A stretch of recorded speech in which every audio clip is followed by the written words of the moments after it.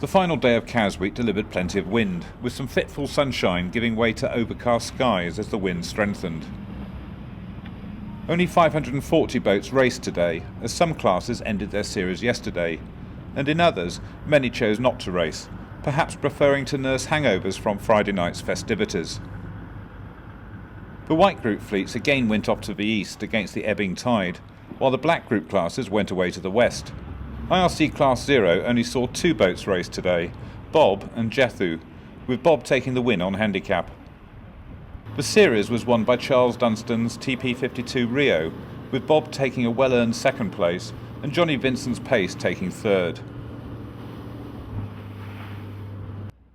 On the inner line, the Etchells had a much diminished fleet, as series winner Graham Bailey had won comfortably with a string of straight bullets. Esprit won today from Ragtime and Moonlight. Overall, Esprit took second and Moonlight was third.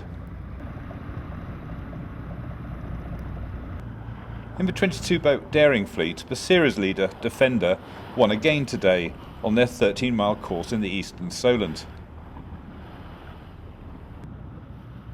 Dreamer took second and Double Knot was third. Overall, Decoy moved into second, with Division Bell taking the third podium spot. In the Solent Sunbeam fleet, Danny won again today to bring her total to 7 firsts and a second. Query took second overall, and Penny came home third. One Sunbeam, Betty, is different from the rest, as she's a new composite build, which is under trial by the class. She's been sailed by different sailors this week as part of her evaluation, but she hasn't been awarded any points. We asked Roger Wickens where the idea for the new boat came from.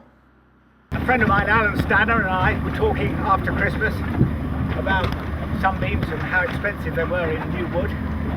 So we decided that we'd ask the class if we could get one built in GRP hull and deck with all the lovely wood trim.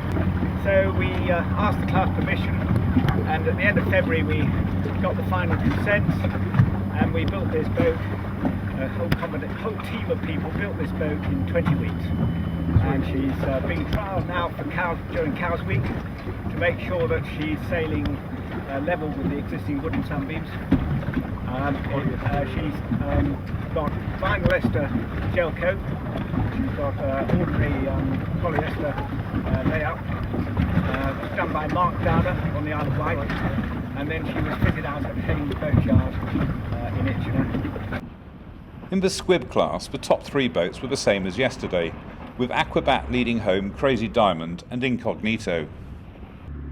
Overall, Aquabat's 14-year-old helmsman Fred Warren Smith dominated the week with 5 bullets in 7 races. Second overall was Incognito, with Crazy Diamond third.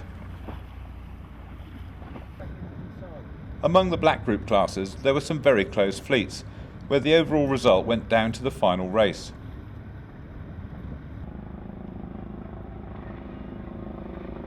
In Class 4, for instance, Marine Diffusion Dunkirk and Mongoose were tied ahead of the final race, while in Class 5 there was a battle between Yes and Fever all week.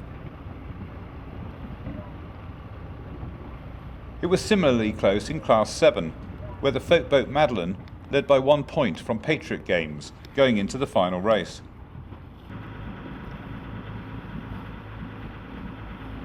We'd like to be able to confirm the results of those battles, but at the time of going to press, the organisers' computer system was down and couldn't deliver overall results for the black group classes.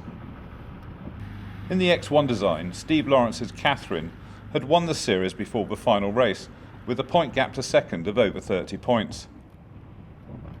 Today, the 88-boat fleet started on a committee boat line on the North Shore and sailed a 9-mile course.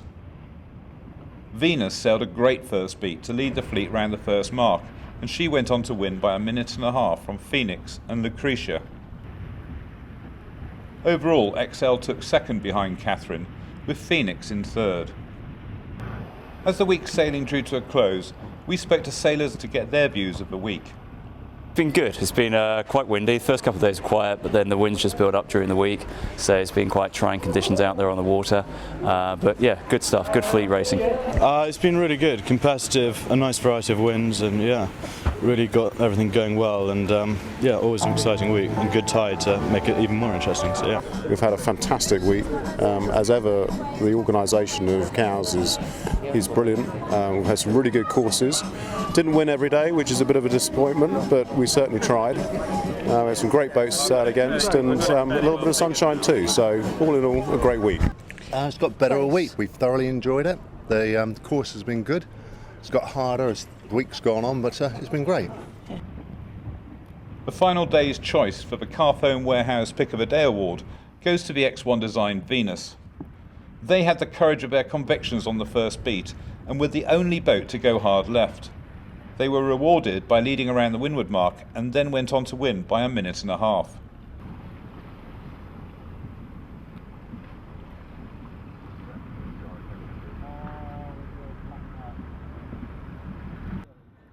Well, that's it for Cowes Week 2010. Although the weather didn't deliver champagne sailing conditions, the racing was close and sailors had plenty to talk about in the evenings when the action ashore was as busy as on the water. Join us again in just over a week's time when we'll be reporting from the Rolex Commodore's Cup. Some of these days, I miss you, honey. Some of these days